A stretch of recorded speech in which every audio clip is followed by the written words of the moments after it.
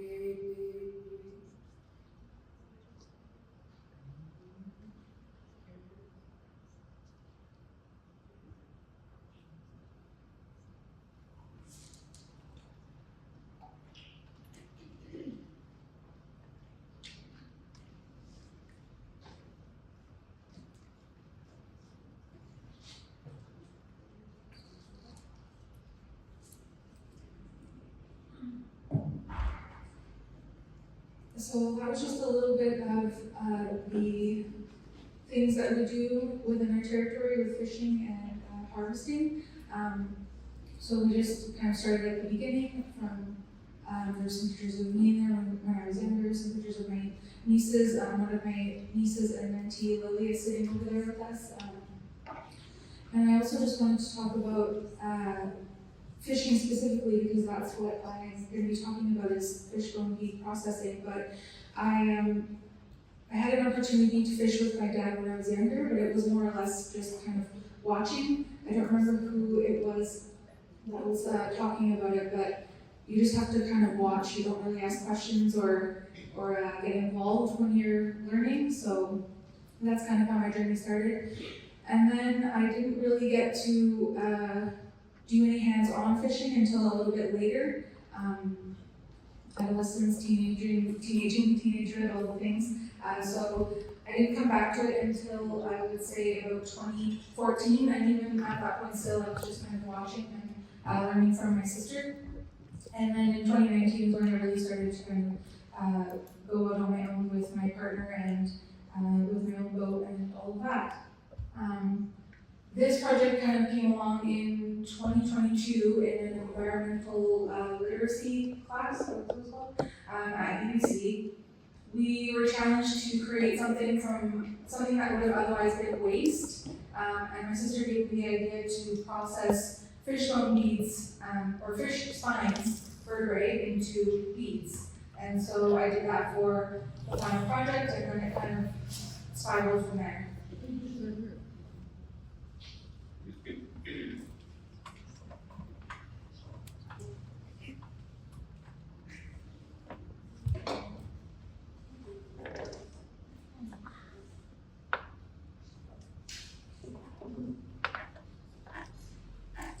So my other sister who's not here actually put this slideshow together for a workshop that I had done. So I'm repurposing it.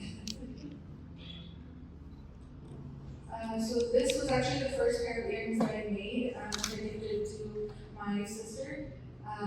And what I had done was I put together these photos, or my sister put together the photos with the language that I had written to go with the how-to guide. So each slate ta squalas after screen one. Let's make salmon backbone beads.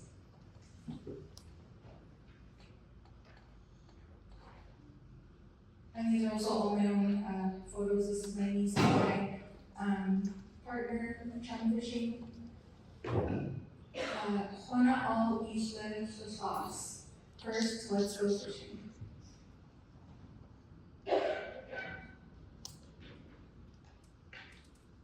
And that's him cleaning the fish. Cecile tells ta kwalu ta Hudson. Then cut the chum salmon with a knife. Cecile ichet spews ta kwalu. Then scrape the flesh off the chum salmon. These were previously frozen, that's why they're covered in saran wrap. I have actually a little apartment-sized freezer at my house that I just fill with spines. I just bag them in tubes. I got these ones from my brother and he wrapped them in saran wrap, but I just put them in a bag. Cecile sheets it to skapchen to polo. Then cut the tail off the chum salmon.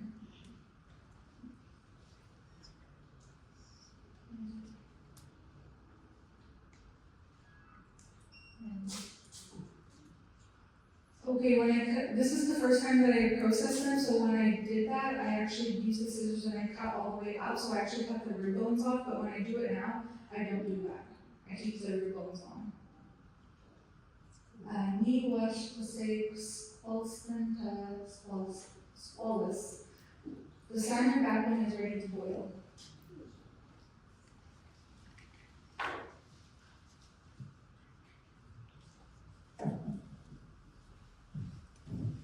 The shells to cut, eat to spoils, eat off to spoilus. Pour the water in the pot and add the salmon backbone.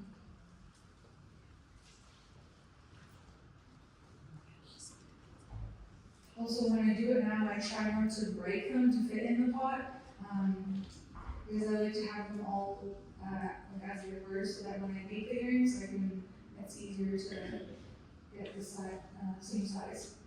Sisiu post ala. Then boil the salmon backbone for 1 hour. And this also depends too, depending on how much flesh is left on. So my brother really scrapes these, but in summertime when my partner and I fish, we have been fishing all day and then we come home and then we clean all the fish. So it's like we're not sitting there like meticulously scraping, we're just filleting and then whatever's left on there is left on there.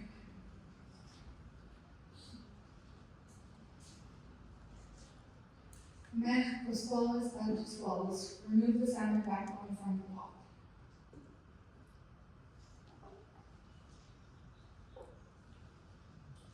And then I took them all apart, so sisiu, all as follows. Then separate the salmon backbone. Sisiu now to stop them, to stramella, pot to peroxide. There's no word for peroxide. So you put the little bone beads in the jar and add peroxide. And I really had no idea what I was doing at this point, so it took really long. It probably took about a week, I would say, but now when I do it, it probably takes like maybe 3 or 4 days. Quite to mop. Swale Stir every day for 3 days. And again, this is also something that I've learned. I think that it really depends whether you're doing chum salmon or spring salmon, but it varies on how many days you can leave in the peroxide. I found that with one batch of spring salmon that I did, the beads got kind of brittle. You can see all the stuff kind of floating around there.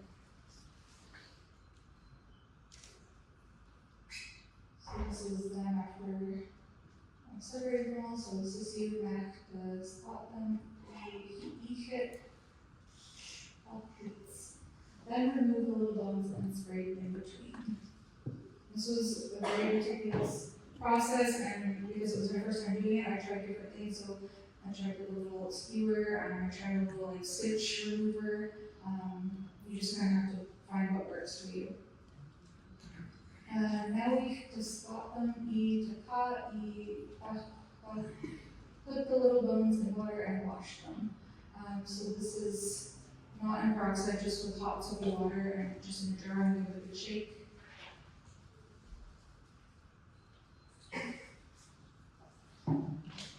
Sisiu mech, to stop them, then remove the little bones and let dry.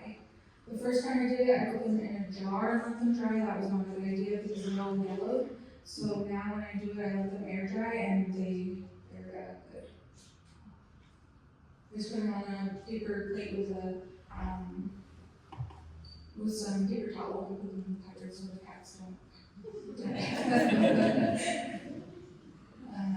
Okay, so shells and what's it does once. We finished with their beads. So these aren't completely finished because they're actually still in the jar, but this was from the first time that I had done it, so don't recommend if you're going to do it, don't put them in the jar because they will turn yellow. And then these are some of the ones that I've done recently. So as I mentioned at the beginning, I don't cut the ribs off anymore, and these are ones that I had strung together and dyed. I just used red dye, but they were supposed to be blue, but I left them in there for a little bit longer, so they kind of look black. And then I also did some red ones. And then I did some orange ones recently. I have other dyes as well that I'm going to experiment with, but I'm doing my comps right now, so I don't have a lot of time for crafting.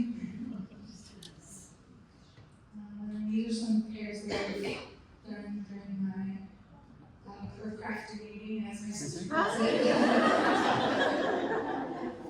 So I didn't make the berry beads. The berry beads I ordered on Etsy, but they're all handmade, so yeah, the lady does really good work.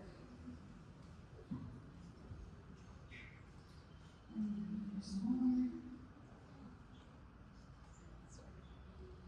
And then I made some with the rib bones still on. This is, I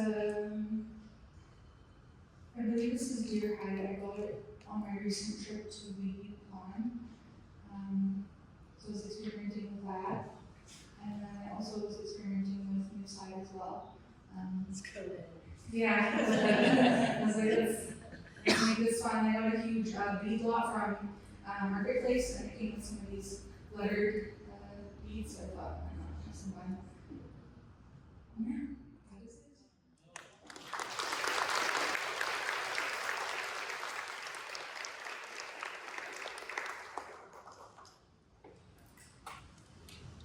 So in our exploration as we're fishers, we've been able to maintain that knowledge because our grandfather did some franchise.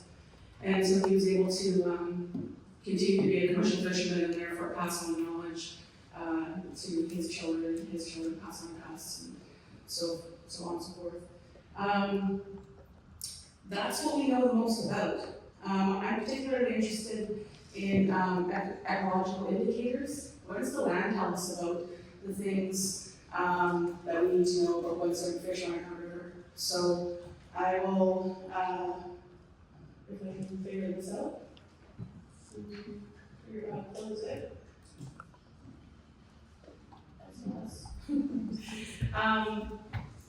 Yeah, so when the first fish come into our river, the Fraser River, it's our sweetwa, it's the wǝṭǝbʔaltxʊ, and what comes with the sweetwa are an abundance of ash and sea lions. We don't typically have the big sea lions, they follow the wǝṭǝbʔaltxʊ up. Speaking of food sovereignty, for 20 years we couldn't harvest sweetwa because they were a bycatch shrimp fishery. So they were decimated before they even came into our waters. Our Katzie people are known for their abundance of sweetwa, and it was something that we traded heavily with all surrounding nations. Fortunate enough to be able to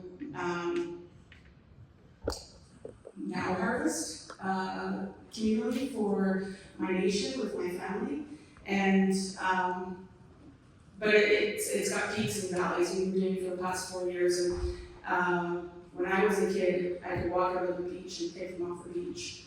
I remember standing for hours with the aunties and the elders picking hundreds and hundreds of pounds of wǝṭǝbʔaltxʊ. That's nothing that my children have ever seen. But we did get a pretty good run, not like the runs of when I was a kid or even before that, but it was still pretty amazing. The same class that Cheyenne spoke about, the environmental literacy class, challenged us to use or create something from what we would have typically wasted.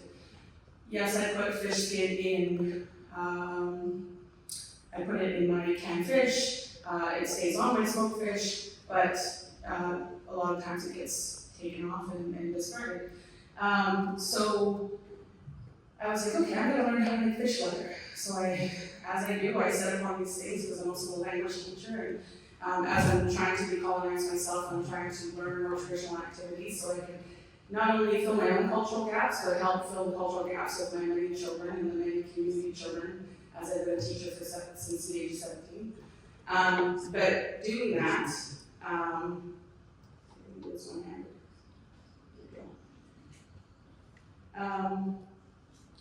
It means that we don't always contain the knowledge within our nation, or even neighboring nations. Sometimes it's knowledge that's long since been forgotten, but not forgotten by everybody. So I rely on accomplices and allies to help me learn those traditional activities. My first love is singing medals, and that's where kind of it all began with my following my curiosities. And I think I feel so strongly about this, not just because I have many children, but having to learn my language in the absence of fluent speakers. I truly don't want, and having to go to university, so I'm from linguist. Nobody ever became fluent learning from a linguist, I'll say that much. It's not everybody wants to go to university. and not all information is meant to be shared in the university. So how do we eliminate those barriers and create accessible resources so that my people or other Coast Salish people don't have to work so hard in that reclamation of their cultural knowledge? So this is just my official of the process. The sound song was written by the Katzie Youth. And yeah, I'll just let it roll.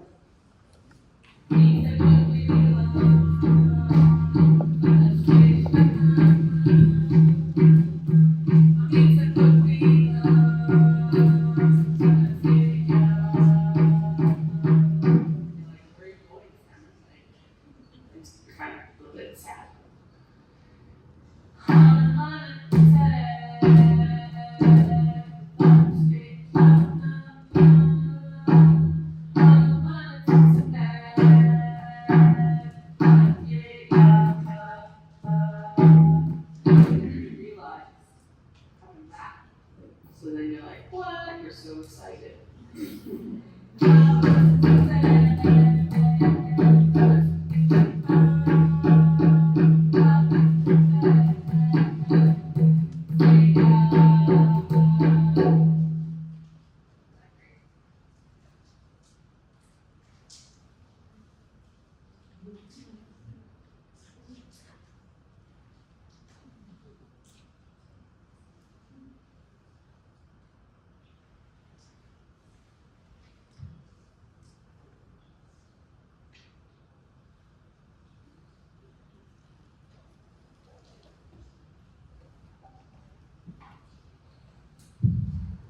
So I purposely left no sound for this one so that I could just kind of speak to the process. I'm not sure where to stand.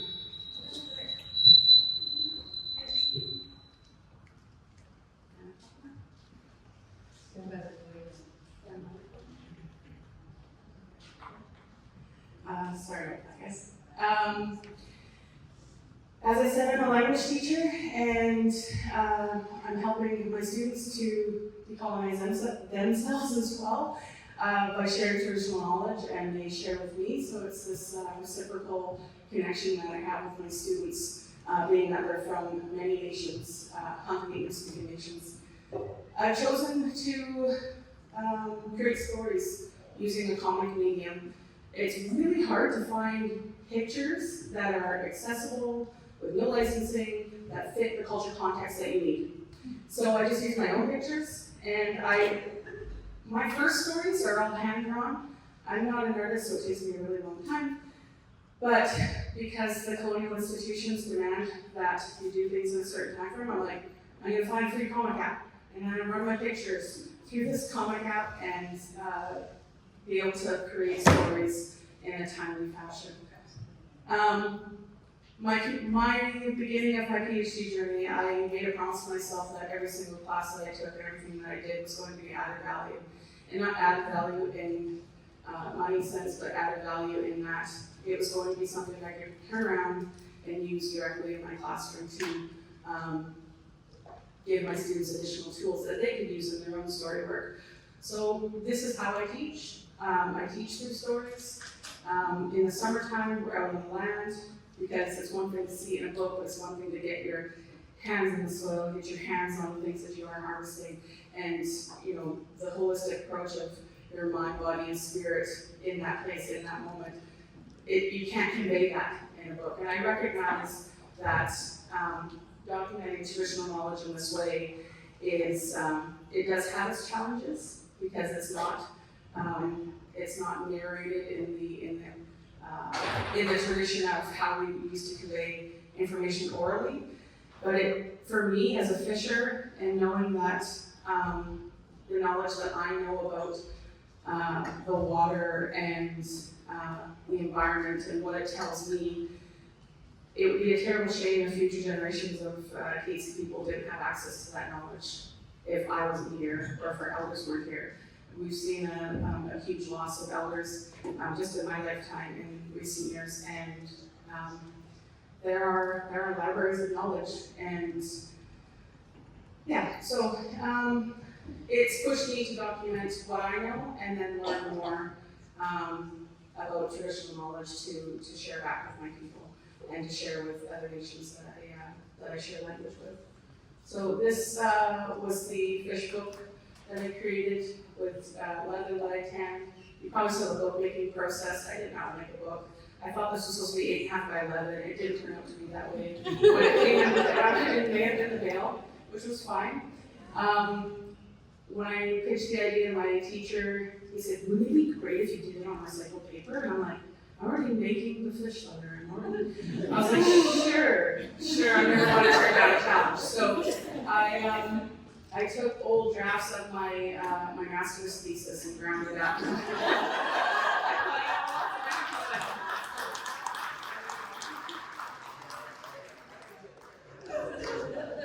I thought it was the perfect use for that. And then there's just one last video that we want to share. Hopefully the sound doesn't cut out. And it's my sister and I have been on this graduate journey for quite some time together. We had the good fortune of doing our master's together, now we're doing our PhD. I am the reluctant PhD student that she drags with her, kicking and screaming. But there's nobody else I'd rather be doing this with. So.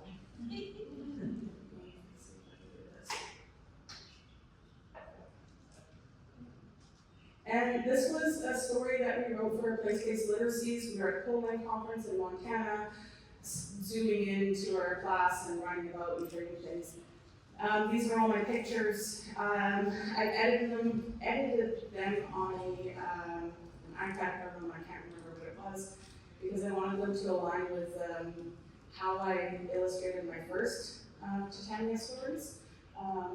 So this one's about the environmental indicators. It's about the traditional ecological knowledge. It's about the stuffy that we see out there in the circle that present themselves in the Lipa for the spring salmon and river and all those things. Unless you're paying attention to the environment and you know a little bit about a bunch of different things, you don't see how they're connected. But I'm slowly trying to rediscover that in other areas aside from fishing.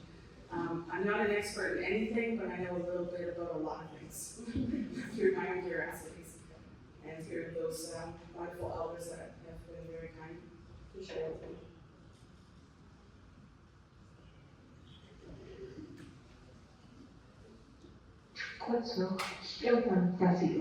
What do you see as granny?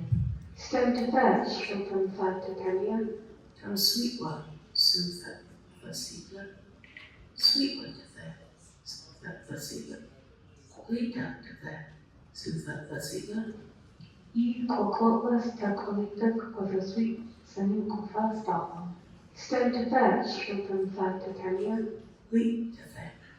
Ashtenst, the stavki, agothatam weakness, soothe the seedler. Singing the stablo, agothastahui, queer willis to leader. Soothe the seedler. Stone to birch, from flag to Titania. Scoutus, he huiwam to be, soothe the seedler. Schlemetst, with the scoutus, he huiwam, soothe the seedler. Stone to birch, from flag to Titania. Tunaxen to the soothe the seedler. Habota tapa, abotha mama, soothe the seedler. Stone to birch, from flag to Titania. Kaiets to eat, meats, hotelhochta schantens, soothe the seedler. Ashtenstuch with a kachnostewa, and with a deep kaiets, soothe the seedler. Stone to birch, from flag to Titania. Quabash to be soothe the seedler. Schlepp, taktakam, quabash slack, soothe the seedler. Down damastu, with a quabash, soothe the seedler. The most surprising form of creation was actually within themselves.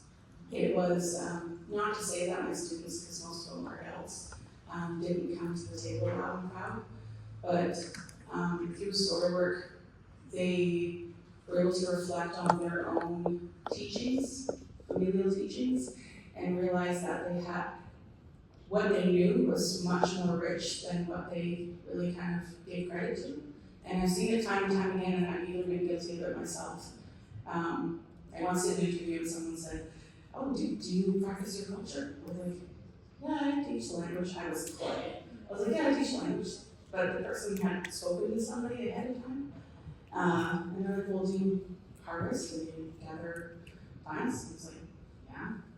But I didn't see that as culture because it's something that I just do. It's my everyday life. It's something that I just didn't. For me, culture is it's a special thing that you do when you go somewhere. It's spiritual. And I didn't at that young age see the spiritual aspect of it, whereas I'm not only recognizing it in myself as I go through this process of growth, but I see it in my students as well. They're seeing that spiritual connection to place and space that I wasn't sure could be achieved in an institution or online for that matter. We do a lot of our coursework online because we started during COVID. And then that togetherness that they've been able to establish amongst their peers, the grassroots connectedness that they have between nations, that politics used to stand in the way, linguists used to stand in the way of that grassroots effort that language revitalization needs in order to gain traction. And that sense of community, because when you're doing this work, it can be a very lonely road to walk and a very isolating road because each nation's doing their own work in a very silent effort. So what this new language cohort has been able to do in partnerships with Swass Nation and Simon Fraser University is bring elders and teachers from different nations and students from different nations for the first time ever. So I think all my students are amazing. Their stories are amazing. But yeah, just to see them take ownership of archival stories of their people and get pictures to put to them and present them in front of their elders and their community and have their elders and their people feel pride in that and really pour goodness into them so that they know that the work they're doing is really